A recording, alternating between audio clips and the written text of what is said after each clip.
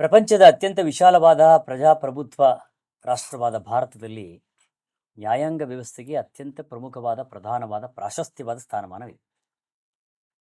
ಮತ್ತು ನಮ್ಮ ಧ್ಯೇಯ ಘೋಷ ಏನಿದೆ, ಸತ್ಯಮೇವ ಜಯತೆ, ಸತ್ಯ ಗೆಲ್ಲಬೇಕು, ಅಂತಿಮವಾಗಿ ನ್ಯಾಯ ಗೆಲ್ಲಬೇಕು. ಇದು ಇಡೀ ನಮ್ಮ ಸಮಾಜದ ಭಾರತದ ಒಕ್ಕೂಟ ವ್ಯವಸ್ಥೆಯ ಒಂದು ಆಶಯ. ನಮ್ಮ ನ್ಯಾಯಾಂಗ ವ್ಯವಸ್ಥೆಯಲ್ಲಿ ಸತ್ಯಕ್ಕೋಸ್ಕರವಾಗಿ, ನ್ಯಾಯದ ಪ್ರತಿಷ್ಠಾಪನೆಗಾಗಿ ನಿತ್ಯ ನಿರಂತರವಾಗಿ ಲಕ್ಷಾಂತರ ಮಂದಿ ಪ್ರಯತ್ನದಲ್ಲಿದ್ದಾರೆ. ಇವತ್ತಿನ ಬಹುರೂಪಿಯಲ್ಲಿ ಆ ಅಂತರಂಗವನ್ನು ಪ್ರವೇಶ ಮಾಡುವ ಪ್ರಯತ್ನವನ್ನು ಮಾಡ್ತಾ ಇದ್ದೀವಿ. ಅದಕ್ಕಾಗಿ ವಕೀಲರಾದ ನಾಗರಾಜ ಶರ್ಮಾ ಅವರು ನಮ್ಮೊಟ್ಟಿಗಿದ್ದಾರೆ. ನಿಮಗೆ ಕಾರ್ಯಕ್ರಮಕ್ಕೆ ಸ್ವಾಗತ. ಮತ್ತು ವಕೀಲರಾಗಿರ್ತಕ್ಕಂಥ ಮೀನಾಕ್ಷಿ ಕರಡಪ್ಪನವರಿದ್ದಾರೆ, ನಿಮಗೂ ಕಾರ್ಯಕ್ರಮಕ್ಕೆ ಸ್ವಾಗತ. ಆನಂದ್ ಅವರು ಕೂಡ ನಮ್ಮ ಜೊತೆಯಲ್ಲಿದ್ದಾರೆ, ವಕೀಲರು, ನಿಮಗೂ ಕೂಡ ಕಾರ್ಯಕ್ರಮಕ್ಕೆ ಸ್ವಾಗತ. ನಾಗರಾಜ್ ಅವರೇ, ನೀವು ಕಪ್ಪು ಕೋಟನ್ನು ಹಾಕಿದ್ದು ಯಾಕೆ, ಯಾವಾಗ ಹಾಕಿದ್ರಿ? ನಾನು 1995ನೇ ಇಸ್ವಿ ಆಗಸ್ಟ್ ತಿಂಗಳು 20ನೇ ತಾರೀಕು ನಾನು ಕಪ್ಪು ಕೋಟ್ನ ಹಾಕ್ತೆ. ಬಯಸಿ ಹಾಕಿದ್ರು? ಬಯಸಿ ಹಾಕಿದ್ದು. ಯಾಕೆಂದ್ರೆ ಈ ಸಮಾಜದಲ್ಲಿ ಅನ್ಯಾಯನ ಕೇಳೋದಕ್ಕೆ ಒಂದು ಅಧಿಕೃತ ಒಂದು ನಮಗೆ ಧ್ವನಿ ಬೇಕು ಅಂತಂದ್ರೆ ಆ ಧ್ವನಿ ವಕೀಲನಾಗಿದ್ರೆ ಮಾತ್ರ ಸಾಧ್ಯ. ಹೌದಾ? ನನಗೆ ಒಂದು ಪ್ರಶ್ನೆ ಸದಾ ನನ್ನ ಕಾಡುತ್ತೆ. ಯಾಕೆ ವಕೀಲರೆಲ್ಲ ಕಪ್ಪು ಕೋಟನ್ನು ಧರಿಸಿದ್ದಾರೆ? ಅದಕ್ಕೇನಾದ್ರು ಒಂದು ನಿಯಮಿತವಾದ ಅರ್ಥ ಇದೆಯಾ? ಕಪ್ಪು ಕೋಟು ಹಾಕೋದು ಅಂತಂದ್ರೆ ಸೊ ಬೇರೆ ಯಾವುದೇ ರೀತಿಯ ಬಣ್ಣಗಳಿಗೆ ಆಕರ್ಷಣೆ ಆಗದೆ ಇರೋ ತರ ನ್ಯಾಯಾಂಗ ಒಂದು ಅದೇ ರೀತಿ ನಾವು ಈಗ ನ್ಯಾಯ ದೇವತೆಗೆ ಕಣ್ಣಿಗೆ ಬಟ್ಟೆ ಕಟ್ತೀವಿ ಅಂದ್ರೆ ಯಾವುದೇ ಶ್ರೀಮಂತಿಕೆ, ಹಣ, ಅಧಿಕಾರ, ಅಂತಸ್ತು, ಆಮಿಷಗಳು ಅಂದ್ರೆ ಅಂತ ಯಾವುದೇ ಅಧಿಕಾರ ಅಂತಸ್ತು ಯಾವುದು ಕೂಡ ಕಾಣಿಸಬಾರ್ದು. ಬರೀ ಸತ್ಯ ಮಾತ್ರ ನೋಡಿ, ಸತ್ಯಾಸತ್ಯತೆಗಳನ್ನ ನೋಡಿ ನ್ಯಾಯ ತೀರ್ಪು ಕೊಡಬೇಕು ಅನ್ನೋ ಉದ್ದೇಶದಿಂದ ಆ ತರ ಏಕಪಕ್ಷೀಯವಾಗಿರುತ್ತೆ. ಅದ್ರ ಜೊತೆಗೆ ಇನ್ನೊಂದು ಏನು ಅರ್ಥ ಇದೆ ಅಂತಂದ್ರೆ, ಈ ಕಪ್ಪು ಏನಿದೆ ಅದು ಅಸತ್ಯದ ಕುರುಹು ಆಗತ್ತೆ. ಒಳಗಡೆ ನಾವೊಂದು ಬ್ಯಾಂಡ್ ಹಾಕ್ತೀವಿ, ಆ ಬ್ಯಾಂಡ್ ಸತ್ಯದ ಇದು, ಅದು ಅಸತ್ಯದ ಒಳಗೆ ಸತ್ಯ ಹುದುಗೋಗಿದೆ, ಅದನ್ನ ಆಚೆಗೆ ತೆಗೆಯೋ ಒಂದು ಕೆಲಸ ಅಂತ. ಆ ಒಂದು ಕಾರಣಕ್ಕೋಸ್ಕರ ಕಪ್ಪು ಕೋಟ್ನ ಇದ್ ಮಾಡಿದ್ರು. ಬೇರೆ ಯಾವ ಮಂಥನ ಮಾಡುವ ಹಾಗೆ ಈ ಅಸತ್ಯ ಎಷ್ಟೇ ಸುಳ್ಳುಗಳು ಅದನ್ನ ಆವರಿಸ್ಕೊಂಡಿದ್ರು ಅದನ್ನೆಲ್ಲ ಆಚೆಗೆ ತೆಗೆದು ಸತ್ಯನ ಹೊರಗೆ ತರಬೇಕು ಅಂತ ನ್ಯಾಯಾಲಯದ ಕೆಲಸ ಅದು ಅಂತ. ನೀವು ಯಾವಾಗ ವಕೀಲರಾದ್ರಿ? ನಾನು 2007 ಆಗಸ್ಟ್ರಲ್ಲಿ ಈ ವೃತ್ತಿಗೆ ಬಂದೆ. ಬಟ್ ಮೊದಲಿಗೆ ನಾನು ವೃತ್ತಿಗೆ ಬರಬೇಕು ಅನ್ನೋದೇನು ಇರ್ಲಿಲ್ಲ. ಆಕ್ಚುಲಿ ನಾನು ಪೊಲೀಸ್ ಆಗ್ಬೇಕು ಅನ್ನೋದು ನನ್ನ ಆಸೆ ಆಗಿತ್ತು. ಅನಿವಾರ್ಯ ಕಾರಣಗಳಿಂದ ಆಗಕ್ಕಾಗ್ಲಿಲ್ಲ. ಆಯ್ತು, ಅದು ಒಂದು ಭಾಗ ಆದ್ರೆ ಕಾನೂನು ರಕ್ಷಣೆ, ಇದು ಕಾನೂನು ರಕ್ಷಣೆ, ಹೌದು, ಅದು ಒಂದು ಭಾಗ ಆಯ್ತು. ಆ ಭಾಗಕ್ಕೆ ನಾನು ಹೋಗಕ್ ಆಗ್ಲಿಲ್ಲ. ಅನಿರೀಕ್ಷಿತವಾಗಿ ಇಲ್ಲಿಗೆ ಬಂದ್ರು ಇವಾಗ ಅನ್ನಿಸ್ತಾ ಇದೆ, ಎಸ್ ಕರೆಕ್ಟ್, ಅಲ್ಲಿ ಒಂದು ಚೌಕಟ್ಟಿದೆ. ನಮ್ಗೇನಂದ್ರೆ ಎಲ್ಲಾ ವಿಭಾಗದಲ್ಲೂ ನಾವು ಪ್ರಯತ್ನ ಮಾಡಿ ಕೆಲಸ ಮಾಡಬಹುದು. ಎಲ್ಲಾ ಲಾಗಳನ್ನು ನಾವು ಯಾರಿಗೆ ಅವಶ್ಯಕತೆ ಇದೆ ಅವರೆಲ್ಲರಿಗೂ ನಾವು ನ್ಯಾಯ ಒದಗಿಸಕ್ಕೆ ನಮಗಿಲ್ಲ ಅವಕಾಶ ಇದೆ. ಬಟ್ ಅಲ್ಲಿ ಒಂದು ಇಲಾಖೆಗೆ ಹೋದಾಗ ನಮ್ದು ಒಂದು ಡಿಪಾರ್ಟ್ಮೆಂಟ್ಗೆ ಒಂದೊಂದು ಜ್ಯೂರಿಸ್ಟಿಕ್ಷನ್ ಇರುತ್ತೆ. ಆ ಡಿಪಾರ್ಟ್ಮೆಂಟ್ ಅಲ್ಲಿ ಅವ್ರು ಆ ಜ್ಯೂರಿಸ್ಟಿಕ್ಷನ್ ಅಲ್ಲಿ ಮಾತ್ರ ಅವರು ಕೆಲಸ ಮಾಡ್ಲಿಕ್ಕಾಗತ್ತೆ. ಬಟ್ ನಮ್ಗೆ ಹಾಗಾಗೋದಿಲ್ಲ.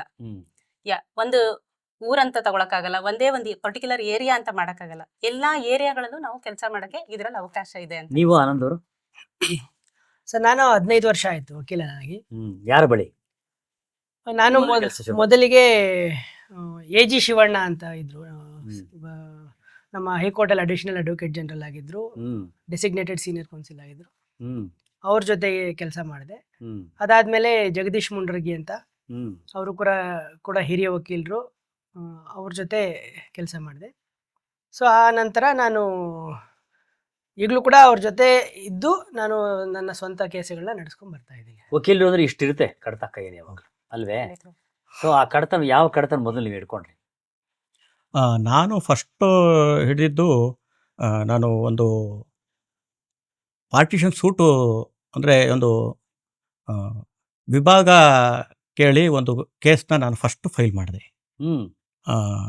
ಈ ಸಾಮಾನ್ಯ ನಮ್ಮ ಸಮಾಜದಲ್ಲಿ ಅತಿ ಹೆಚ್ಚು ಹಿಂದಿನಿಂದ ನಡ್ಕೊಂಬಂದಿರದೆ ಒಂದು ಕೂಡು ಕುಟುಂಬದಲ್ಲಿ ಏನಾದ್ರು ಒಡಕು ಉಂಟಾದರೆ ಅದು ನ್ಯಾಯಾಲಯದ ಮೆಟ್ಟಿ ಹೇಳಿದ್ರೆ ಇಡೀ ಫ್ಯಾಮಿಲಿ ಅದರೊಳಗೆ ನಶಿಸಿ ಹೋಗಬಹುದು. ತಲತಲಮಾರು ಆ ಒಂದು ಕೇಸಲ್ಲಿ ಅವರು ಮುಳುಗಿ ಹೋಗ್ತಾರೆ, ಕಡೆಗೆ ವೈಷಮ್ಯ ಬೆಳೆಯುತ್ತೆ, ಏನ್ ದಾಯಾದಿಗಳು ಅಂತ ಹೇಳ್ತೀವಲ್ಲ ಅದೆಲ್ಲ ಆಗೋದಕ್ಕೆ ಒಂದು ಕಾರಣ ಈ ತರ ಕೇಸ್ಗಳು. ಸೊ ನಮ್ಗೆ ಫಸ್ಟ್ ಆ ಕೇಸು ನನಗೆ ಬಂತದು, ಒಂದು ಸೂಟ್ ಫಾರ್ ಪಾರ್ಟಿಷನ್ ಅಂತ, ಅಂದ್ರೆ ನಾವು ವಿಭಾಗ ಕೇಳಿ ಹಾಕಿದ ಕೇಸ್ ಅದು. ಸಾಮಾನ್ಯ 90% ಈ ಫ್ಯಾಮಿಲಿ ಏನು ಪಾರ್ಟಿಷನ್ ಸೂಟ್ಸ್ ಇದೆ ಅದು ಕಾಂಪ್ರಮೈಸ್ ಅಲ್ಲೇ ಮುಗಿಯುತ್ತದು. ಅದು ಮುಗಿಬೇಕು, ಮಾತುಕತೆ ಮುಗಿಬೇಕು. ಅಂದ್ರೆ ನ್ಯಾಯಾಲಯದ ಹೊರಗಡೆಯೋ ಒಳಗಡೆಯೋ? ಅದು ನ್ಯಾಯದ ಒಳಗಡೆ ಈಗೆಲ್ಲ ಲೋಕ ಅದಾಲತ್ ಅಂತ ಮಾಡಿದೆ, ಮೀಡಿಯೇಷನ್ ಸೆಂಟರ್ಗಳು ಮಾಡಿದ್ದಾರೆ. ಮುಂಚೆಲ್ಲ ನಾವು ಲಾಯರ್ಗಳೇ ಆಫೀಸಲ್ಲಿ ಕೂತ್ಕೊಂಡು ನಾವು ಅದನ್ನ ತೀರ್ಮಾನ ಮಾಡಬಹುದು. ಇವತ್ತು ಸಹ ಅತಿ ಹೆಚ್ಚು ಕೇಸ್ಗಳು ನಾವು ಲಾಯರ್ಗಳು ತೀರ್ಮಾನ ಮಾಡಿರ್ತೀವಿ, ಅದು ಲೋಕ ಅದಾಲತಲ್ಲಿ ಅದು ಕ್ಲೋಸ್ ಆಗ್ತಾ ಇರ್ತದೆ ಕೇಸ್.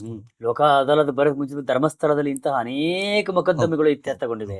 ನಮ್ಮ ಚಿತ್ರದುರ್ಗದ ಮಠದಲ್ಲಿ ಅದ್ಭುತವಾಗಿರ್ತಕ್ಕಂಥ ಸಿರಿಗೆರೆಯ ಸ್ವಾಮೀಜಿಗಳು ಅದ್ಭುತವಾಗಿ ಮಾಡ್ತಕ್ಕಂಥ ಇಂಥ ಪ್ರಯತ್ನಗಳನ್ನ ಮಾಡಿದ್ದಾರೆ. ಈಗ ಲೋಕಲ್ ಅದಾಲತ್ತು ಇಂಥ ಕೆಲಸಗಳನ್ನ ಮಾಡ್ತಾ ಇದೆ. ಅಂದ್ರೆ ಸಮಾಜದಲ್ಲಿ ಎಲ್ಲಾ ವರ್ಗದಲ್ಲೂ ಆಯಾ ಒಂದು ನ್ಯಾಯ ತೀರ್ಮಾನಗಳು ಮಾಡ್ತಾ ಇದ್ರು ಕೆಲವರಿಗೆ ಅದು ಅರ್ಥನೇ ಆಗಲ್ಲ. ಅವರು ಸಣ್ಣ ವಿಷಯಕ್ಕೆ ಕೋರ್ಟಿಗೆ ಬಂದಿರ್ತಾರೆ, ಯಾವುದೋ ಒಂದು ಸಣ್ಣ ಆಸ್ತಿ, ಅದು ಕೇಸ್ ಮುಗಿಯೋದಕ್ಕೆ ಕೂತ್ಕೊಂಡು ಲೆಕ್ಕ ಹಾಕಿದ್ರೆ ಅದನ್ನ 4 ಸಲ ಪರ್ಚೇಸ್ ಮಾಡ್ಬೋದಾಗಿತ್ತು, ಅಷ್ಟು ದುಡ್ಡನ್ನ ಎಲ್ಲರೂ ಕಳ್ಕೊತಾ ಇರ್ತಾರೆ. ಸೊ ಅದನ್ನೆಲ್ಲ ತಪ್ಪಿಸ್ಬೇಕು. ಈಗೋ ಕೆಲಸ ಹೌದೌದು ಹೌದು, ಅದು ಒಂದೇ ರಕ್ತ ಆಗಿರುತ್ತಲ್ಲ, ಅದು ದ್ವೇಷನೇ, ಪ್ರೀತಿನೇ. ಒಂದು ಫ್ಯಾಮಿಲಿನಲ್ಲಿ ಪ್ರೀತಿ ಒಬ್ರಿಗೊಬ್ರಿಗೆ ಪ್ರೀತಿ ಬೆಳೆಸ್ಕೊಂಡು ಹೋದ್ರೆ ಅದು ಪ್ರೀತಿ ಬೆಳೀತಾ ಹೋಗುತ್ತೆ. ಒಂದು ಈಗ ಅಪ್ಪನ ಕಾಲದಲ್ಲಿ ದ್ವೇಷ ಶುರು ಆದ್ರೆ ಅವ್ನ ಮೊಮ್ಮಗನ ಕಾಲ ತನಕ ನಡ್ಕೊಂಡು ಹೋಗುತ್ತೆ. ಬೇರೆ ಎಲ್ಲಾ ಕೇಸ್ಗಳು ಒಂದು ತೀರ್ಮಾನ ಆದ್ಮೇಲೆ ಮುಗ್ದು ಹೋಗುತ್ತೆ. ಆದ್ರೆ ಈ ಒಂದೇ ಕುಟುಂಬದ ಕೇಸ್ಗಳಿದೆಯಲ್ಲ ಅದು ಎಷ್ಟು ವರ್ಷ ಆದ್ರೂ ಅದು ಮನಸ್ಸಿನಲ್ಲಿ ಕೂತ್ಕೊಂಡ್ಬಿಡುತ್ತೆ. ನಿಮ್ಗೂ ಆತರ ಅನುಭವ ಆಗಿದೆಯಾ ಈ ತರದ ಸಣ್ಣ ಪುಟ್ಟದು ಕುಟುಂಬದ ಕೌಟುಂಬಿಕವಾಗಿರ್ತಕ್ಕಂಥ ಕಲಹಗಳು? ಈಗ್ಲೂ ಅದೇ ತರದ ಕೇಸ್ಗಳು ನಡೆಯುವಾಗ, ಈಗ ಮೊನ್ನೆ ಒಂದು ಇದೇ ತರ ನಾವು ಆಫೀಸಲ್ಲಿ ಕರೆಸಿ ಅವ್ರನ್ನ ಮಾತಾಡುವಾಗ ಅನುಭವಕ್ಕೆ ಬಂದಿದ್ದು ಅಂದ್ರೆ ತಾತನಲ್ಲಿ ಫೈಲ್ ಮಾಡಿರೋದು ಕೇಸು, ಈಗ ಮೊಮ್ಮಕ್ಕಳು ಬಂದಿದ್ದಾರೆ, ಮೊಮ್ಮಕ್ಕಳು ಅದನ್ನ ನಡೆಸ್ತಾ ಇದ್ದಾರೆ. ಹೇಗೆ ಅಂದ್ರೆ ಕೇಸ್ ಹಾಕಿದಾಗಿಂದ ಅವರು ಸ್ವಂತ ಚಿಕ್ಕಪ್ಪ ದೊಡ್ಡಪ್ಪ ಅವ್ರ ಮಕ್ಕಳು ಸ್ವಂತ ಅತ್ತೆಯರು ಅವ್ರ ಜೊತೆ ಕಮ್ಯುನಿಕೇಶನ್ ಬಿಟ್ಬಿಟ್ಟಿದ್ದಾರೆ ಕೇಸಿನ ಸಲುವಾಗಿ. ಗೋಡೆಗಳು ಬೆಳೆದ್ಬಿಟ್ಟಿವೆ, ಮಧ್ಯ ಸಂಬಂಧಗಳ ಮಧ್ಯೆ ಗೋಡೆಗಳು. ಹೌದು, ಈಗ ಅವರು ಮಾತಾಡ್ಲಿಕ್ಕೆ ಅಂದ್ರೆ ಕೇಸ್ ಏನ್ ಡಿಸೈಡ್ ಆಗತ್ತೆ ಅದ್ರ ಮೇಲೆ ಮುಂದೆ ಮಾತಾಡ್ಬೇಕೋ ಬೇಡವೋ ಅನ್ನೋ ಲೆಕ್ಕಾಚಾರದಲ್ಲಿ ಇದ್ದಾರೆ. ಆಯ್ತಾ ನಿಮ್ಮಲ್ಲಿ? ಇಲ್ಲ, ಇನ್ನು ಇತ್ಯರ್ಥದಲ್ಲಿ ಇದೆ. ಇನ್ನು ನೆಕ್ಸ್ಟ್ ವೀಕ್ ಅಲ್ಲಿ ಮತ್ತೊಂದು ಮೀಡಿಯೇಷನ್. ಹೇಗೆ ಅದ್ರ ಬಗೆಹರಿಸ್ತೀರಿ?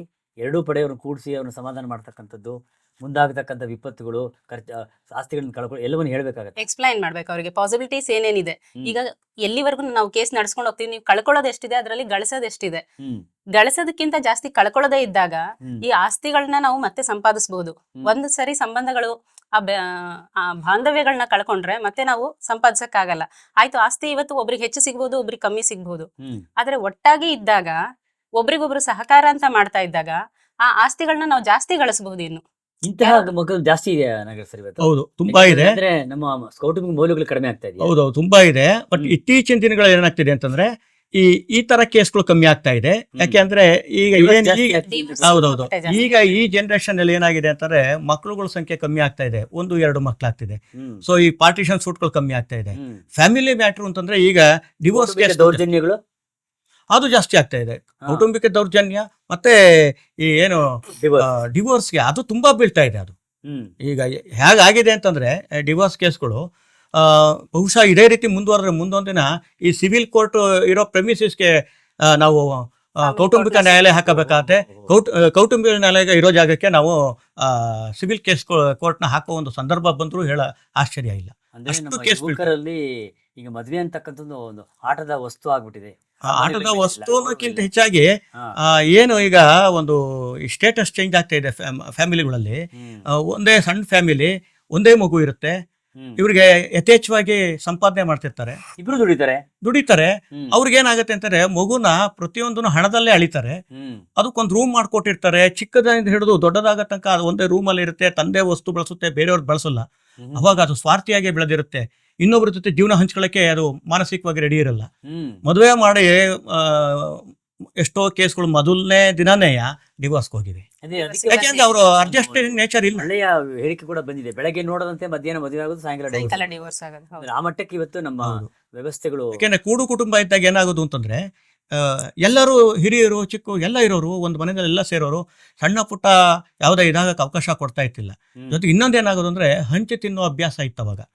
ಅವಾಗ ಎಲ್ಲರೂ ಚೆನ್ನಾಗಿದ್ರು. ಈಗೇನಾಗಿದೆ ಅಂದ್ರೆ ಹಂಚಿ ತಿಂದು ಅಭ್ಯಾಸ ಇಲ್ಲ. ಈಗಿನ ಮಕ್ಕಳುಗಳಿಗೆ ಒಂದು ಹಣ್ಣನ್ನ ಪೀಸ್ ಮಾಡಿ ಇನ್ನೊಬ್ರು ಕೊಟ್ಟೆ ಅಭ್ಯಾಸ ಇಲ್ಲ. ಹೌದು. ಯಾಕಂದ್ರೆ ಒಂದೇ ಮಗು. ಇಲ್ಲ, ಇನ್ನೂ ಒಂದು ಅಧ್ಯಯನ ಮೊನ್ನೆ ನಮ್ಗೆ ಒಬ್ರು ಮನಃಶಾಸ್ತ್ರಗಳು ಒಂದು ಅಧ್ಯಯನ ಹೇಳಿದ್ರು, ಅದು ಗಾಬರಿಯೂ ಕೂಡ ಆಯ್ತು ನನಗೆ. ನೀವು ಹೇಗೆ ಮನುಷ್ಯನ ಮುಖ ಕೊಟ್ಟು ಮಾತನಾಡ್ತೀವಿ, ಕಣ್ಣಲ್ಲಿ ಕಣ್ಣಿಟ್ಟು ಮಾತನಾಡ್ತೀವಿ, ಆ ವಾತಾವರಣ ದೂರ ಆಗ್ತಾ ಇದೆ ಅಂತಕ್ಕಂಥದ್ದು ಹೇಳಿದ್ರು. ನೀವು ಮನೆಯಲ್ಲಿ ಹೋಗಿ ನೋಡಿ, ಮಕ್ಕಳು ಮಾತಾಡಿಸಿ, ಅವ್ರು ಮೊಬೈಲಲ್ಲಿ ನೋಡ್ತಾರೆ, ಇಲ್ಲ ಮತ್ತೇನೋ ಮಾಡ್ತಿರ್ತಾರೆ. ಯಾರು ಮನೇಲಿ ಇರ್ತಕ್ಕಂಥ ಕುಟುಂಬದ ಯಾವ ಸದಸ್ಯರು ಮುಖ ಕೊಟ್ಟು ಮಾತಾಡಲ್ಲ, ಯಾರಾದ್ರೂ ಮಾತಾಡಲ್ಲ. ಅವನ ಆ ರೂಮಲ್ಲಿ ಇರ್ತಾನೆ, ಇವ್ರು ಈ ರೂಮಲ್ಲಿ ಇರ್ತಾರೆ, ಅವ್ರ ಟಿವಿ ನೋಡ್ತಿರ್ತಾರೆ, ಇವ್ರು ಲ್ಯಾಪ್ಟಾಪ್ ನೋಡ್ತಿರ್ತಾರೆ. ಸಂಸಾರ ಕಳೆದೋಯ್ತು. ಮನೆ ಒಳಗಡೆ ಯಾರು ಒಟ್ಟಿಗೆ ಬರೋದಿಲ್ಲ, ಮನೆಯೊಳಗೆ ವಿಘಟಿತವಾಗಿರ್ತಕ್ಕಂಥ ವಾತಾವರಣ. ಮನೆಯೊಳಗೆ ಒಟ್ಟಿಗೆ ಬರೋದಿಲ್ಲ. ಜೊತೆಗೆ ಒಂದು ಊಟಕ್ಕೆ ಕರಿಬೇಕಾರೆ, ಒಂದು ಕಾಫಿಗೆ ಫೋನ್ ಮಾಡ್ತಾರೆ, ಮೆಸೇಜ್ ಹಾಕ್ತಾರೆ. ಮನೆಯೊಳಗೆ ಒಂದು ರೂಮಿಂದ ಒಂದು ರೂಮ್ಗೆ ಮೆಸೇಜ್ ಹಾಕ್ತಾರೆ. ನಿಜ ನಿಜ ನಿಜ. ಅವ್ರು ಬೇಕು ಅಂದ್ರೆ ಮಾತೇ ಕಮ್ಮಿ ಆಗ್ತಾ ಇದೆ, ಕಡಿಮೆ ಆಗ್ತಾ ಇದೆ. ಈಗ ಏನಾಗಿದೆ ಅದಕ್ಕೆ ಒಂದು ಕಾರಣ ಮಾನಸಿಕ ಒತ್ತಡಗಳು. ಸೈಕಿಯಾಟ್ರಿಸ್ಟ್ ಹತ್ರ ಹೋಗ್ತಾ ಇದಾರೆ, ಪ್ರೆಷರ್, ಒತ್ತಡಗಳು, ಎಲ್ಲವೂ ರೀತಿಯ ಮಾನಸಿಕ ಕಾಯಿಲೆಗಳು ಜಾಸ್ತಿ ಇಲ್ಲ, ಆಗ್ತಿಲ್ಲ. ನಾವು ಒಬ್ರಿಗೊಬ್ರು ಮಾತಾಡ್ತಾ ಇದ್ದಾಗ ಮನಸ್ಸಿನ ಭಾವನೆಗಳು ಆಚೆ ಬಂದಾಗ ಸರಿ ತಪ್ಪುಗಳನ್ನ ತಿದ್ದುಕೊಳ್ಳೋಕೆ ಅವಕಾಶ ಇರುತ್ತೆ. ನಾವು ಮಾತಾಡದೆ ಬರೀ ನಾವು ಎಲೆಕ್ಟ್ರಾನಿಕ್ ಮೀಡಿಯಾನೇ ನಮ್ಮದು ಅಂತ ತಿಳ್ಕೊಂಡಿದೀವಿ. ಅದ್ರ ಜೊತೆ ನಮ್ಮ ಭಾವನೆಗಳನ್ನ ನಾವು ಹಂಚ್ಕೊಂಡು ಎಕ್ಸ್ಚೇಂಜ್ ಮಾಡಕ್ಕಾಗಲ್ಲ. ಓನ್ಲಿ ಒನ್ ಸೈಡ್ ವ್ಯೂ ಮಾಡ್ಬೋದು ಅಷ್ಟೇ. ಈಗ ಎದುರುಗಡೆ ಇದ್ದರು ನಮ್ ಹಿರಿಯರು ಇರ್ಬೋದು, ಚಿಕ್ಕಮ್ಮ, ದೊಡ್ಡಪ್ಪ, ಅಣ್ಣ, ಅಕ್ಕ, ತಮ್ಮ, ತಂಗಿ, ಈ ಸಂಬಂಧಗಳ ಜೊತೆ ನಾವು ಮಾತಾಡಿದಾಗ ಅವರ ಅನುಭವಗಳು ನಮ್ಗೆ ಹೇಳ್ತಾರೆ. ಅವಾಗ ನಮ್ಮ ಸರಿ ಹಗುರವಾಗುತ್ತೆ, ತಿದ್ದುಕೊಳ್ಳೋಕೆ ಅವಕಾಶ ಇರುತ್ತೆ. ನನಗೆ ಒಂದು ಅರ್ಥವಾಗದಿರತಕ್ಕಂಥ ಭಾಷೆ ಏನಂದ್ರೆ, ಲಾಯರ್ ಡೇಟ್ ತಗೊಂಡ್ರು ಏನದು ಯಾಕೆ ಇಷ್ಟೊಂದು ಡಿಲೇ ಆಗುತ್ತೆ ನಮ್ಮಲ್ಲಿ ಈ ಎಲ್ಲ ಮೊಕದ್ದಮೆಗಳು? ಡಿಲೇ ಯಾಕಾಗುತ್ತೆ ಅಂತಂದ್ರೆ, ಕೆಲವೊಂದು ಸಾಕ್ಷಿಗಳನ್ನ ಕೊಡ್ಬೇಕಾಗುತ್ತೆ ನ್ಯಾಯಾಲಯಕ್ಕೆ, ದಾಖಲೆಗಳನ್ನೆಲ್ಲ ಕೊಡ್ಬೇಕಾಗುತ್ತೆ. ಸೊ ಆ ದಾಖಲೆಗಳನ್ನ ಅಪ್ಲೈ ಮಾಡಿ ತಗೊಂಡು ಬರೋದು. ಈಗ ನಮ್ಮ ತಹಸೀಲ್ದಾರ್ ಆಫೀಸ್ಗೆ ಹೋದ್ರೆ ಒಂದು ಡಾಕ್ಯುಮೆಂಟ್ ಅಪ್ಲೈ ಮಾಡಿದ್ರೆ ಬೇಗ ಸಿಗಲ್ಲ. ಇನ್ನು DC ಆಫೀಸ್ಗೆ ಹೋಗಿ ಒಂದು ಜಮೀನ್ದೊಂದು ದಾಖಲೆ ಅಪ್ಲೈ ಮಾಡಿದ್ರೆ ಬೇಗ ಸಿಗಲ್ಲ. ಕೆಲವು ಹಳೆ ದಾಖಲೆಗಳು ಇರ್ತವೆ. ಈ ದಾಖಲೆಗಳನ್ನೆಲ್ಲ ನಾವು ಕ್ರೋಢೀಕರಿಸಿ ನ್ಯಾಯಾಲಯಕ್ಕೆ ಕೊಡಬೇಕು. ಆಮೇಲೆ ಸಾಕ್ಷಿಗಳನ್ನ ಕರೆಸ್ಬೇಕು, ಅವ್ರನ್ನ ಕ್ರಾಸ್ ಎಕ್ಸಾಮಿನೇಷನ್ ಮಾಡಬೇಕು. ಸೊ ಈ ಒಂದು ಪ್ರೋಸೆಸ್, ಅದು ಒಂದು ಪ್ರೊಸೀಜರಲ್ ಡಿಲೇನೂ ಇರುತ್ತೆ. ಆ ಪ್ರೋಸೆಸ್ ಅಲ್ಲಿ ಡಿಲೇ ಆಗುತ್ತೆ ಸರ್. ಅದು ಸಾಮಾನ್ಯವಾಗಿ ಡೇಟ್ ತಗೊಳ್ಳೋದ್ರೆ ಏನು ಡೇಟ್ ತಗೊಳ್ಳೋದು ಅಂತಂದ್ರೆ ಅಲ್ಲ. ಇವಾಗ ಏನಾಗಿದೆ ಅಂದ್ರೆ, ನಮ್ಮ ನ್ಯಾಯಾಲಯಗಳ ಮುಂದೆ ಚಿಕ್ಕ ಪುಟ್ಟ ವಿಷಯಕ್ಕೂ ಬಂದು ಕೇಸ್ ಫೈಲ್ ಮಾಡ್ಕೊಳ್ತಾರೆ. ಸೊ ಕೇಸಿನ ಸಂಖ್ಯೆಗಳು ಜಾಸ್ತಿ ಆಗಿದೆ. ಒಂದು ದಿವಸಕ್ಕೆ ಒಂದೇ ಮುಗಿಯಕ್ಕಾಗಲ್ಲ. ಈಗ ನಾವೇನೋ ಹೇಳ್ತೀವಿ, ಕೆಲವು ಅದೇ ಈಗೋನೇ ಜಾಸ್ತಿ ಆಗೋಗಿರುತ್ತೆ. ನಾವು ಒಂದು ಹೇಳಿದಾಗ, ಇಲ್ಲ ಸರ್ ಅವ್ರಿಗೆ ಬಿಡೋದೇ ಬೇಡ, ನಾನು ಇನ್ನೊಂದು ಅದಕ್ಕೆ ತಕ್ಕಂಗೆ ಡಾಕ್ಯುಮೆಂಟ್ ತಂದ್ಕೊಡ್ತೀನಿ. ಖಂಡಿತವಾಗ್ಲೂ ಬರುತ್ತೆ, ಖಂಡಿತವಾಗ್ಲೂ ಬಂದಿದೆ. ನಿಮ್ ಮಾತನ್ನ ಕೇಳೋ ತರ ಅಥವಾ ನಿಮ್ಗೆ ಸಾಮಾನ್ಯ ನಾವು ಕಾಂಪ್ರಮೈಸ್ಗೆ ಅಂತ ಕೂರಿಸಿದಾಗ ಏನಾಗುತ್ತೆ ಅಂದ್ರೆ, ಕೆಲವು ಪಾರ್ಟಿಗಳು ಒಪ್ಪಲ್ಲ, ಲಾಯರ್ನೇ ಚೇಂಜ್ ಮಾಡ್ಕೊಂಡ್ಬಿಡ್ತಾರ ಅವಾಗ ಅವರು. ಇವರು ಯಾಕೆ ಬಂದ್ರು ಇದ್ದಾಗ ಅಲ್ಲ, ಆಫೀಸಲ್ಲಿ ಕೂತ್ಕೊಂಡು ನಾವು ಏನೋ ಕಾಂಪ್ರಮೈಸ್ ಮಾಡ್ಕೊಳ್ರಿ, ಇದೆಲ್ಲ ಯಾಕೆ ಬೇಕು ಅಂತಂದ್ರೆ ಅವ್ರಿಗೆ ಏನ್ ಅನ್ಸುತ್ತೆ ಅಂದ್ರೆ, ಹಾಗಾದ್ರೆ ಈ ಲಾಯರ್ ಕೇಳಿ ಕೇಸ್ ನಡ್ಸಕ್ ಆಗಲ್ವೇನೋ. ಅಯ್ಯೋ. ಆಮೇಲೆ ಇಲ್ಲ, ಇವ್ರು ಎದುರುಗಡೆಯವ್ರ ಜೊತೆ ಮಾತುಕತೆ ಆಡ್ಕೊಂಡಿಯಾರೇನೋ, ಅದಕ್ಕೆ ನನಗ್ ಪ್ರೆಜರ್ ಆಗ್ತಿದ್ದಾರೆ ಅಂತ ಹೇಳಿ ಅವರು ಫೈಲ್ನೇ ತಗೊಂಡು ಹೋಗುವಂತ ಸಂದರ್ಭಗಳು ಬರುತ್ತೆ. ಒಂದ್ ಎಕ್ಸ್ಪೀರಿಯನ್ಸ್ ಅಂದ್ರೆ ಚೇಂಜ್ ಮಾಡೋದು, ಲಾಯರ್ಗಳು ವಿತ್ಡ್ರಾ ಮಾಡ್ಕೊಳ್ತಕ್ಕಂಥದ್ದು. ಆಕ್ಚುಲಿ ಹೊರಗಡೆ ಕೋರ್ಟ್ ಇಂದ ಆಚೆ ಬಂದಾಗ ನಾವೆಲ್ಲ ಬ್ರದರ್ ಕೊಲೀಗ್ಸ್, ಸಿಸ್ಟರ್ ಕೊಲೀಗ್ಸ್. ಒಂದ್ಸರಿ ಒಂದ್ ಕೇಸ್ ಮುಗಿಸ್ಕೊಂಡು ಈಚೆ ಬಂದಾಗ ಕೋರ್ಟ್ ಕ್ಯಾಂಟೀನ್ ಅಲ್ಲಿ ಊಟ ಕೂತ್ಕೊಂಡಿದ್ವಿ, ಟೇಬಲ್ ಅಲ್ಲಿ, ಒಂದೇ ಟೇಬಲ್ ಅಲ್ಲಿ ನಾನು ಮತ್ತೆ ನನ್ನ ಅಪೋಸಿಟ್ ಅಡ್ವೊಕೇಟ್ ಕ್ಯಾಶುವಲ್ ಆಗಿ ಮಾತಾಡ್ತಾ ಊಟ ಮಾಡಿದ್ವಿ. ನೆಕ್ಸ್ಟ್ ಡೇ ನನ್ನ ಕ್ಲೈಂಟ್ ಆಫೀಸಿಗೆ ಬಂದು NOC ವಕಾಲತ್ ತಗೊಂಡೋಗ್ಬಿಟ್ರು ಲಾಯರ್ ಚೇಂಜ್ಗೆ. ಯಾಕೆ ಅಂತ ನನಗೆ ಅರ್ಥ ಆಗಿಲ್ಲ. ಆಮೇಲೆ ಅವ್ರು ಹೇಳಿದ್ರು, ಇಲ್ಲ ನೀವು ನಮ್ಮ ಆಪೋಸಿಟ್ ಲಾಯರ್ ಜೊತೆ ನೀವು ಮಿಂಗಲ್ ಆಗ್ಬಿಟ್ಟಿದ್ದೀರಾ, ನಡ್ಸಲ್ಲ ಸರ್. ನಾವು ಈಗ ಲಾಯರ್ಗಳು ನಾವು ಕೋರ್ಟ್ ಅಲ್ಲಿ ಇದ್ ಮಾಡ್ತಿರ್ತೀವಿ, ಕಾನೂನು ಬಗ್ಗೆ ನಾವು ಯೋಚನೆ ಮಾಡ್ತಾ ಇರ್ತೀವಿ. ಬಟ್ ಇವರು ಹಳ್ಳಿಯಿಂದೆಲ್ಲ ಬರ್ತಾ ಇರ್ತಾರಲ್ಲ, ಅವರು ತುಂಬಾ ಯೋಚನೆ ಮಾಡ್ತಾರೆ. ಅವರು ಕೆಲವರು ನಮ್ಮನ್ನ ಟೆಸ್ಟ್ ಮಾಡಕ್ ಅವ್ರು ಬಂದು ಹೇಳ್ತಾರೆ, ಸರ್ ಅವ್ನು ಊರಲ್ಲಿ ಹೇಳ್ತಾ ಇದ್ದ ಲಾಯರ್ನ ಬುಕ್ ಮಾಡ್ಕೊಂಡ್ಬಿಟ್ಟಿದ್ದೀನಿ, ಜಡ್ಜ್ನ ಬುಕ್ ಮಾಡ್ಕೊಂಡ್ಬಿಟ್ಟಿದ್ದೀನಿ ಅಂತ ಹೇಳ್ತಿದ್ದೆ ಸಾರ್ ಅಂತಂತಾರೆ. ನಮ್ಗೆ ಯಾವಾಗ ಅರ್ಥ ಆಗತ್ತೆ ಇವನು ನಮ್ಮನ್ನ ಟೆಸ್ಟ್ ಮಾಡಕ್ಕೆ ಇವನು ಹೇಳ್ತಾ ಇದ್ದಾನೆ ಅಂತ. ನಾವೇನಂತೀವಿ, ನೋಡಪ್ಪ ಅವನು ಹೇಳ್ತಾನೆ ಅಂತಾನೆ ಅದನ್ನೆಲ್ಲ ಕೇಳ್ತಾ ಹೋದ್ರೆ ನೀನ್ ಕೇಸ್ ನಡೆಸಕ್ಕಾಗಲ್ಲ. ನಮ್ಮ ಮತ್ತೆ ನಿನ್ನೆ ಮಧ್ಯೆ ನಂಬಿಕೆ ಮುಖ್ಯ. ಆ ನಂಬಿಕೆನೇ ಹೊಟ್ಟೋದ್ರೆ ನಾವು ಕೇಸ್ ನಡೆಸೋದ್ರೊಳಗೆ ಅರ್ಥ ಇರಲ್ಲ, ನೀನ್ ನನ್ನ ಹತ್ರ ಕೇಸ್ ನಡೆಸೋದು ಸರಿ ಇರಲ್ಲ. ನನಗೆ ನ್ಯಾಯಾಂಗ ವ್ಯವಸ್ಥೆ ಅಂದ ಕೂಡಲೇ ನನಗೆ ನೆನಪಾಗ್ತಕ್ಕಂಥದ್ದು ಸಾವರ್ಕರ್ ಅವರ ವಾದ. ಅವ್ರು ಮಾಡಿದಂಥ ಪ್ರಚಂಡವಾಗಿರ್ತಕ್ಕಂಥ ಪ್ರಖರವಾದ ಮತ್ತು ನಿರಂತರವಾದ ವಾದ. ಅದು ಭಾರತದ ಸಂವಿಧಾನದಲ್ಲಿ, ಭಾರತದ ನ್ಯಾಯಾಂಗ ವ್ಯವಸ್ಥೆ ದಾಖಲಾಗಿದೆ. 2.5 ದಿವಸ ಅವರೇನು ವಾದ ಮಾಡ್ತಾರೆ ತಮ್ಮ ವಾದವನ್ನು ಮಾಡೋದಕ್ಕೆ. ಅಂತಹ ಯಾವ ಒಂದು ವಾದ ಅಥವಾ ಒಂದು ಜಡ್ಜ್ಮೆಂಟ್ ನಿಮಗೆ ತುಂಬ ಬಹಳವಾಗಿ ಕಾಡುತ್ತೆ? ಈ ಹಿಂದೆಲ್ಲ ಏನಾಗೋದು, ಇತ್ತೀಚೆಗೆ ಅದು ಕಮ್ಮಿ ಆಗ್ತಾ ಇದೆ. ಹಿಂದೆ ಅಂದರೆ ನಾನು ಪ್ರೊಫೆಷನ್ ಬರೋಕ್ಕೆ ಮುಂಚೆ ನಮ್ಮ ಸೀನಿಯರ್ ಕಾಲದಲ್ಲಿ ಅವಾಗ ನಿಮ್ ಸೀನಿಯರ್ಸ್ ಯಾರು? ಎ ತಾಂಡವೇಶ್ವರ್ ಅಂತ ಹಳೆ ನರಸೀಪುರದಲ್ಲಿ ಅವರ ಆಫೀಸು ಏನು HD ದೇವೇಗೌಡಿದ್ದಾರೆ, ಅವರ ಲಾಯರ್ ಅವರು, ಅವರ ಆತ್ಮೀಯ ಸ್ನೇಹಿತರು, ಸುಮಾರು 50 ವರ್ಷದ ಸ್ನೇಹ, ಆ ಥರ ಆತ್ಮೀಯತೆ ಇದ್ದವರು. ಹಾಸನ ಜಿಲ್ಲೆನಲ್ಲಿ ತಾಂಡವೇಶ್ವರ್ಗೆ ಅವ್ರದೇ ಆದ ಒಂದು ಹೆಸರಿದೆ. ಅದು 3 ತಲೆಮಾರು ಆಫೀಸ್ ಅದು. ಅವರ ತಂದೆ ತಾಂಡವೇಶ್ವರ್ ಮತ್ತು ಅವ್ರ ಮಗನು ಈಗ ಅಲ್ಲಿ ಪ್ರಾಕ್ಟೀಸ್ ಮಾಡ್ತಾ ಇದ್ದಾರೆ ಆ ಆಫೀಸಲ್ಲಿ. ಅವಾಗೆಲ್ಲ ಏನಾಗೋದು ಅಂದರೆ ಒಂದೊಂದು 10 ರಿಂದ 20 ಬುಕ್ಸ್ಗಳು ತಂದು ಆರ್ಗ್ಯುಮೆಂಟ್ ಮಾಡ್ತಾ ಇದ್ದು. ಸೊ ಜಡ್ಜಸ್ಗಳಿಗೂ ಯಾವಾಗ ಏನಾಗೋದು ಅಂತಂದ್ರೆ ಅದನ್ನೆಲ್ಲ ಓದಬೇಕು. ಆಮೇಲೆ ಈಗಿನ ಹಾಗೆ ಟೈಮ್ ಬಾಂಡ್ ಇತ್ತಿಲ್ಲ ಕೇಸ್ಗಳಿಗೆ. ಅವಾಗ ನಾವು ಯಾವುದನ್ನು ಟೈಪ್ಡ್ ಯಾವುದು ಕೊಡ್ತಾ ಇತ್ತಿಲ್ಲ, ಎಲ್ಲ ಬಾಕ್ಸಲ್ಲಿ ನಿಲ್ಸೆ ಹೇಳಿಸ್ಬೇಕಾಗಿತ್ತು. ಆ ಹೇಳುವಾಗ ಏನಾಗೋದು ಅಂತಂದ್ರೆ ಎಲ್ಲ ಅನ್ಎಜುಕೇಟೆಡ್ ಆಗಿನ ಕಾಲದಲ್ಲಿ ಇದ್ದಿದ್ದು. ಅವ್ರಿಗೆ ಏನ್ ಬರ್ದಿಯಾರೇ ಗೊತ್ತಿಲ್ಲ, ಹೆಬ್ಬೆಟ್ ಹಾಕ್ಬಿಟ್ಟು ಹೋಗೋರು. ನಾವು ಆಫೀಸಲ್ಲಿ ಕೂತ್ಕೊಂಡು ತಿಂಗಳಾನ್ಗಟ್ಲೆ ಅವ್ರಿಗೆ ಹೇಳ್ಕೊಡ್ಬೇಕು. ನೋಡಪ್ಪ ಈ ತರ ಬರ್ದು ಹಾಕಿದೀನಿ, ಇದನ್ನ ನಾನು ಕೇಳ್ತೀನಿ, ನೀನು ಹೇಳು ಅನ್ಬೇಕು. ಆಮೇಲೆ ಎದುರುಗಡೆ ಲಾಯರ್ ಕೇಳಿದಾಗ ನೀನು ನೋಡ್ಕೊಂಡು ಹೇಳು ಅನ್ಬೇಕು. ಅಂದ್ರೆ ತುಂಬಾ ಅವ್ರನ್ನ ನಾವು ಆಫೀಸಲ್ಲಿ ಮಾಡ್ಬೇಕು. ನಮ್ಗೆ ಜೂನಿಯರ್ಸ್ಗಳಿಗೆ ಇದೇ ಕೆಲಸ ಆಗ್ತಿತ್ತು ಅವಾಗೆಲ್ಲ. ಈಗ ಅದೆಲ್ಲ ತಪ್ಪು ಹೋಗಿದೆ. ಈಗ ಆಕ್ಚುಲಿ ಆಗಿ ಈಗ ಕೇಸ್ಗಳು ಬೇಗ ಮುಗಿತಾ ಇದೆ ಈಗ. ಆ ತರ ಇದು ನಾನು ನಡೆಸ್ತಿದ್ದಾಗ ಆ ಕೇಸು ಒಂದು ಘಟನೆ ಹೇಳ್ತೀನಿ. ಇದು ಆಕ್ಚುಲಾಗಿ ನಮ್ಮ ನ್ಯಾಯಾಂಗ ವ್ಯವಸ್ಥೆನಲ್ಲಿ ಈ ಥರದ್ದೆಲ್ಲ ಆಗತ್ತಾ ಅಂತ ನಿಮ್ಗೆ ಅನಿಸ್ಬೋದು. ಒಂದು ಗಂಡ ಹೆಂಡತಿ ಕೇಸು.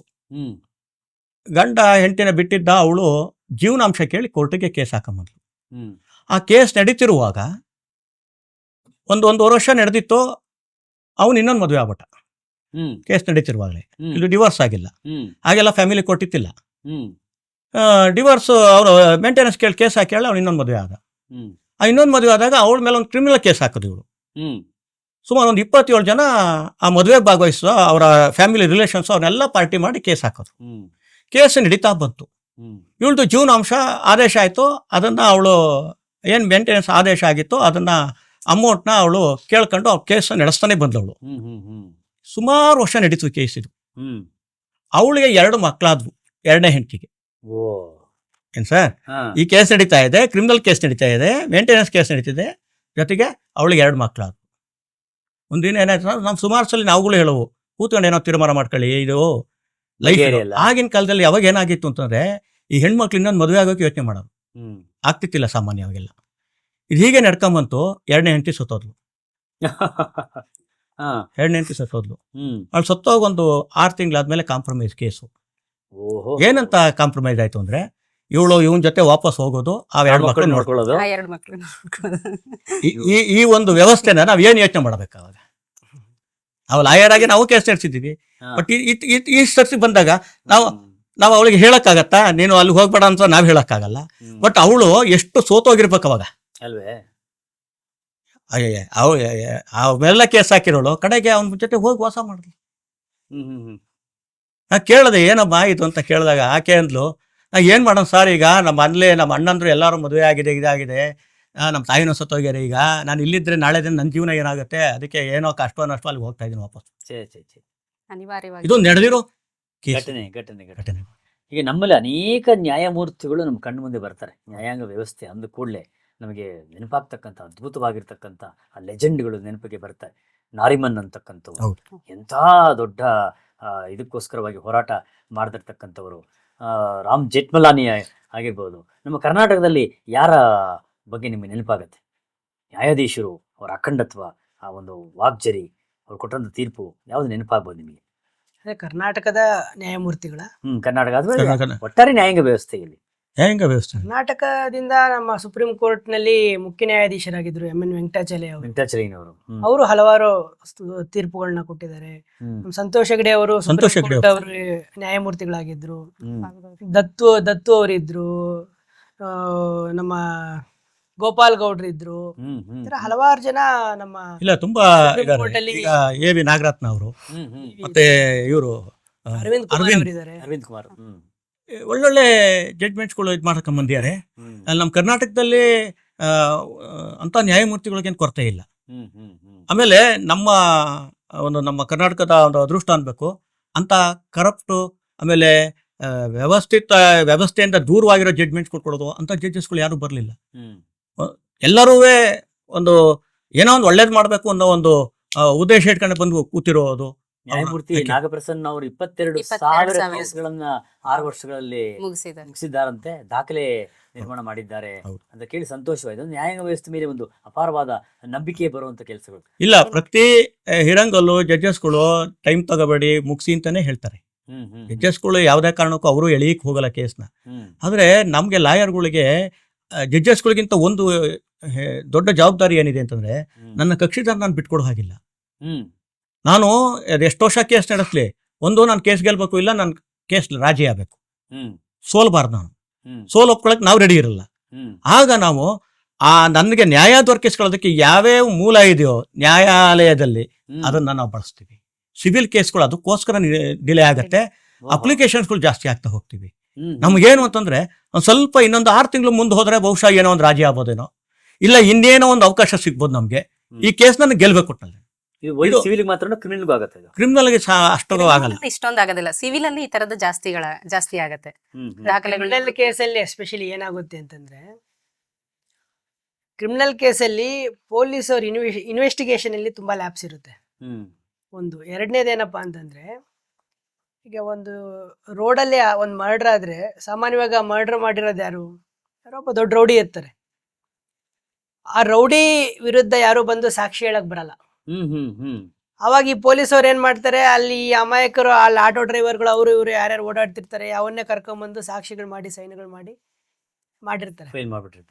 ಚಾರ್ಜ್ ಶೀಟ್ ಹಾಕ್ಬೇಕು. ಅವರು ವಿತಿನ್ ಇಷ್ಟು ದಿನದೊಳಗಡೆ ಚಾರ್ಜ್ ಶೀಟ್ ಹಾಕಿರ್ಬೇಕು ಅಂತ ಅವ್ರಿಗೊಂದು ಕಾನೂನಿದೆ. ಅಷ್ಟು ದಿನದೊಳಗಡೆ ಅವ್ರು ಚಾರ್ಜ್ ಶೀಟ್ ಹಾಕ್ಬೇಕಾಗಿರೋದ್ರಿಂದ ಯಾರೋ ಅಲ್ಲಿ ಪ್ರತ್ಯಕ್ಷ ಸಾಕ್ಷಿಗಳು ಯಾರು ಮುಂದಕ್ಕೆ ಬರ್ದೇ ಇರೋದ್ರಿಂದ ಅವರು ಯಾರು ಬೇಕೋ ಅವ್ರನ್ನ ತಗೊಂಡು ಸೈನ್ ಹಾಕಿ ವಿಟ್ನೆಸ್ ಮಾಡಿ ಕಳ್ಸಿರ್ತಾರೆ. ಆಮೇಲೆ ಇನ್ವೆಸ್ಟಿಗೇಷನ್ ಅಷ್ಟೇನೆ. ಸೊ ಈಗೆಲ್ಲ ಸ್ಪಾಟ್ ಮಾಸ್ಟರ್ಗಳೆಲ್ಲ ಸ್ಟೇಷನ್ ಅಲ್ಲೇ ಕೂತ್ ಬರ್ದಿರ್ತಾರೆ. ಕೆಲವರು, ಎಲ್ಲರೂ ಅಂತ ನಾವು ಹೇಳಲ್ಲ, ಕೆಲವೊಂದು ಕೇಸಲ್ಲಿ, ಬಹಳಷ್ಟು ಕೇಸಲ್ಲಿ, ಈ ಆಕ್ಸಿಡೆಂಟ್ ಕೇಸ್ಗಳಲ್ಲೇ ಸಾಮಾನ್ಯವಾಗಿ ಎಲ್ಲರೂ ಸ್ಪಾಟ್ ಮಾಸ್ಟರ್ಗಳೆಲ್ಲಾನು ಸ್ಟೇಷನ್ಗಳಲ್ಲೇ ರೆಡಿ ಆಗ್ತವೆ. ಈ ಪೊಲೀಸ್ ಅವರು ಇನ್ವೆಸ್ಟಿಗೇಷನ್ ಅಲ್ಲಿ ಏನೇನು ಲ್ಯಾಪ್ಸಸ್ ಇರುತ್ತೋ ಇದೇ ಮೇನ್ ರೀಸನ್ ಕ್ರಿಮಿನಲ್ ಕೇಸಸ್ ಇಂದ ಈ ಕ್ರಿಮಿನಲ್ಗಳು ಹೊರಗಡೆ ಬರೋದಕ್ಕೆ. ಜೊತೆಗೆ ಇನ್ನೊಂದು ಏನಾಗುತ್ತೆ ಅಂದ್ರೆ, ಈ ಪೊಲೀಸ್ನವ್ರಿಗೆ ಸ್ಟ್ರಾಂಗ್ ಮಾಡ್ಬೇಕು ನೀನು ಕೇಸ್ನ ಅಂತ ಹೇಳಿ ಅವರು ಒಂದು ಸ್ವಲ್ಪ ಅವರ ಅತಿ ಬುದ್ಧಿ ಉಪಯೋಗಿಸ್ಬಿಟ್ಟು ಕೇಸ್ನ ಹಾಕಿರ್ತಾರೆ. ಅದು ಒಂದೊಂದ್ಸಲ ಮುಳುವಾಗತ್ತೆ. ಇದು ಹಾಸನದಲ್ಲಿ ಒಂದು ಕೇಸ್ ಇದಾಯ್ತು. ತಿಗಡಿ ಅಂತ ಜಡ್ಜ್ ಇತ್ತು. ಅವ್ರ ಮುಂದೆ ಆಕ್ಚುಲಾಗಿ ನಾವೇ ಆ ಕೇಸ್ ನಡೆಸಿದ್ದು. ಅದು ಡೌರಿ ಡೆತ್ ಅಂತ ಇದಾಗಿ ಕೇಸು ಫೈಲ್ ಆಗಿತ್ತು. ತುಂಬ ದೊಡ್ಡ ಗಲಾಟೆ ಆಗಿತ್ತು ಆ ಊರಲ್ಲಿ. ಶ್ರವಣಬೆಳಗೊಳ ಅಂತ ಬರುತ್ತೆ, ಆ ಊರಲ್ಲಿ 2 ಲಾರಿ ಜನ ಹೋಗಿ ದೊಡ್ಡ ಗಲಾಟೆ ಎಲ್ಲ ಆಗ್ಬಿಟ್ಟಿತ್ತು. ಮನೆಯೆಲ್ಲ ಪೂರ ಇದು ಮಾಡಿದ್ರು ಅಂತ ಕೇಸ್ ಅದು. ಆ ಕೇಸು ನಾವು ನಡೆಸಿದ್ವಿ. ಆ ಕೇಸು ನಡೆಸಿ ಕಡೆಗೆ ನಾವು ಎಲ್ಲಾರನ್ನೂ ಬಿಡುಗಡೆ ಮಾಡ್ತೀವೋ ಅವ್ನ ಗಂಡಂದು ಒಂದು ಸ್ವಲ್ಪ ಕಷ್ಟ ಆಗ್ಬೋದು ಅಂತ ನಮ್ಗನ್ಸಿತ್ತು. ಆದರೆ ಆ ಕೇಸಲ್ಲಿ ಡೌರಿ ಹೆರಾಸ್ಮೆಂಟ್ ಕೇಸ್ಗೆ ಅವ್ರು ಬಂದಿದ್ರು, ಡೌರಿ ಇದುಗೆ. ಆದರೆ ಅವರು ಪೊಲೀಸ್ನವರು ಬರೆದಿರೋ ಪ್ರಕಾರ ಅವತ್ತಿನ ಕಾಲದಲ್ಲಿ ಅವಳಿಗೆ ಅವರು 2 ಲಕ್ಷ ವರದಕ್ಷಿಣೆ ಕೊಟ್ಟಿದ್ದೀವಿ, ಇದು ಮಾಡಿದ್ವಿ ಅಂತ ಎಲ್ಲ ಬರೆದು ಹಾಕಿದ್ರು ಪೊಲೀಸ್ನವರು. ನಾವು ಬರೀ ಕೋರ್ಟಲ್ಲಿ ಕೆಲಸ ಮಾಡೋಕ್ಕಾಗಲ್ಲ ಲಾಯರ್ಗಳು. ಕೇಸ್ ಗೆಲ್ಲಬೇಕು ಅನ್ನೋ ಸ್ವಲ್ಪ ಹೊರಗಡೆಗೂ ಹೋಗ್ಬೇಕಾದ ನಾವು ಅವರ ಫ್ಯಾಮಿಲಿ ಹಿಸ್ಟ್ರಿ ಎಲ್ಲ ತೆಗೆಸಿದಾಗ ಬರೀ 6 ಗುಂಟೆ ಜಮೀನು ಇತ್ತು ಅಷ್ಟೇ ಅವ್ರಿಗೆ. 6 ಗುಂಟೆ ಜಮೀನು ಇಟ್ಕೊಂಡಿರೋನು ಅಷ್ಟೊಂದು ಒಡವೆ, ಅಷ್ಟೊಂದು ಡೌರಿ ಎಲ್ಲ ಹಾಕಿ ಕೊಡೋಕ್ಕಾಗತ್ತೆ. ಸೊ ನಾವು ಅದ್ರ ಮೇಲೆ ಇದು ಮಾಡಿದ್ವಿ. ಯಾಕೆಂದ್ರೆ ಅವಳು ಹೋಗಿ ಬಾವಿಗೆ ಬಿದ್ದು ಸತ್ತೋಗಿದ್ಲು, ಇವರೇ ಕಾರಣ ಅಂತ ಅವರೆಲ್ಲ ಹೇಳಿದ್ರು. ಆದರೆ ವರದಕ್ಷಿಣೆ ಕಿರ್ಕೊಳ್ಳೋಕ್ಕೋಸ್ಕರ ಅವ್ರು ಸತ್ತು ಅಂತಂದ್ರೆ 6 ಲಕ್ಷ ಅವ್ರು ಅಷ್ಟೊಂದು ಕೊಟ್ಟಿದ್ರಿ ಅಂತ ಎಲ್ಲಿಂದ ಸಾಧ್ಯ ಅದು? ಕಡೆಗೆ ಜಡ್ಜು ಅದು ಆ ಜಡ್ಜ್ಮೆಂಟ್ ಆಗಿದ್ದು ಯಾವತ್ತು ಅಂತಂದ್ರೆ ನಮ್ಮ ಇವರು ಜೆ.ಎಚ್. ಪಟೇಲ್ ಅವರು ಸತ್ತಿದ್ದಿಲ್ಲ. ಅವತ್ತು ಇನ್ನೂ ಡಿಕ್ಲೇರ್ ಆಗಿತ್ತಿಲ್ಲ ರಜಾ. ಈ ಕೇಸ್ನ ಕೂಗಿದ್ರು ಅವತ್ತು ಜಡ್ಜ್ಮೆಂಟ್ ಮಾಡುವಾಗ. ಜಡ್ಜು ತುಂಬಾ ಫೀಲ್ ಮಾಡ್ಕೊಂಡ್ರು. ಅವರು ತಿಗಡಿ ಅವರು ಯಾವುದೇ ಕೇಸ್ಗಳು ಅವರು ಕನ್ವಿಕ್ಷನ್ ಕೊಡ್ತಾ ಇದ್ದ ಹೊರತು ಅಕ್ವಿಟ್ ಮಾಡಿದ್ದೇ ಇಲ್ಲ. ಅವರು ನಾವು ಅವ್ರ ಮುಂದೆ ಇದೆ ಅಂದ್ರೆ ಈ ಕೇಸು ಕಷ್ಟ ಅಂತ ನಾವು ತಿಳ್ಕೊಂಡಿದ್ವಿ. ಅವರು ಕೇಸ್ ಅದನ್ನ ಜಡ್ಜ್ಮೆಂಟ್ ಹೇಳ್ಬೇಕಾರೆ ಆ ಆಫೀಸರ್ ಅಲ್ಲೇ ಬಂದಿದ್ರು, ಬೇರೆ ಕೇಸ್ ಬಂದು ಕೂತಿದ್ರು. ಅವ್ರನ್ನ ಹೆಸರಿಟ್ಟು ಕರೆದ್ಬಿಟ್ಟು ನಿಲ್ಲಿಸ್ಬಿಟ್ಟು ಹೇಳಿದ್ರು, ಅಲ್ರಿ ಆ 2 ಲಕ್ಷ ಅಂತ ಬರೀ ಬದಲು ಒಂದು 25,000 ಬರೀಕ್ ಏನಾಗಿತ್ತು ನಿಮ್ಗೆ? ನೀವು ಅತಿ ಬುದ್ಧಿ ಉಪಯೋಗಿಸ್ತೀರಾ ನೋಡಿ, ಇವತ್ತು ಬಿಟ್ಟು ಕಳಿಸ್ಬೇಕು ಅವನ್ನ ಅಂತ ತುಂಬಾ ಫೀಲ್ ಮಾಡ್ಕೊಂಡ್ರು. ಅಕ್ವಿಟ್ ಮಾಡಿದ್ರು ಅವನ್ನ. ನಾವು ಅಪ್ಲಿಕೇಶನ್ ಎಲ್ಲ ರೆಡಿ ಮಾಡಿ ಇಟ್ಕೊಂಡಿದ್ವಿ, ಇನ್ನೆಲ್ಲಿ ಹೋಗ್ಬಿಡ್ತಾನೆ ಒಳಕ್ಕೆ ಇವನೊಬ್ಬ ಹೋಗ್ತಾನೆ, ಒಂದು ಅಪ್ಲಿಕೇಶನ್ ಹಾಕನ್ನ ಸದ್ಯಕ್ಕೆ ಇದು ಮಾಡೋಣ ಅಂತ. ಅಂದ್ರೆ ಈ ತರ ಘಟನೆಗಳಾಗತ್ತೆ. ಪೊಲೀಸ್ನವರು ಅತಿ ಉತ್ಸಾಹ ತೋರಿಸ್ತಾರೆ. ಈ ಕೇಸಲ್ಲಿ ಏನಾರು ಮಾಡೋಣ ಕನ್ವಿಷನ್ ಕೊಡಿಸ್ಬೇಕು ಅಂತ ಹೋಗ್ತಾರೆ. ಆ ಕೇಸ್ಗಳು ಈ ಥರ ಆಗುತ್ತೆ. ಅಂದರೆ ಏನಿದೆ ಅವರ ಈಗ ಸೋಷಿಯಲ್ ಸ್ಟೇಟಸ್ ಏನಿದೆ ಅದನ್ನು ನೋಡ್ಬೇಕು ನಾವು. ಸುಮ್ಮನೆ ಬಂದು ಹೇಳ್ತಾರೆ ಅವರು, ನಾನು ವರದಕ್ಷಿಣೆ ಅಷ್ಟು ಕೊಟ್ಟಿದ್ದೀನಿ ಇಷ್ಟು ಕೊಟ್ಟಿದ್ದೀನಿ ಅಂತ, ಅದಕ್ಕೆ ಕೇಸ್ಗಳು ಬಿದ್ದೋಗೋದವೆಲ್ಲ ಅವು. ಇವರು ಸ್ಟೇಷನಲ್ಲಿ ಅವ್ರನ್ನ ಕೂರಿಸ್ಕೊಂಡು ಕೇಳ್ಬೇಕು, ಅವ್ರನ್ನ ಕರೆಕ್ಟಾಗಿ ಇದು ಮಾಡಬೇಕು. ಅಲ್ಲಿ ಏನಾಗುತ್ತೆ ಅಂತಂದರೆ ಅವ್ರೇನೋ ಹೇಳ್ತಾರೆ, ಇವರೇನೋ ಬರೀತಾರೆ, ಅದಕ್ಕೆ ಸೈನ್ ಹಾಕಿಸ್ತಾರೆ, ಕಳಿಸ್ತಾರೆ.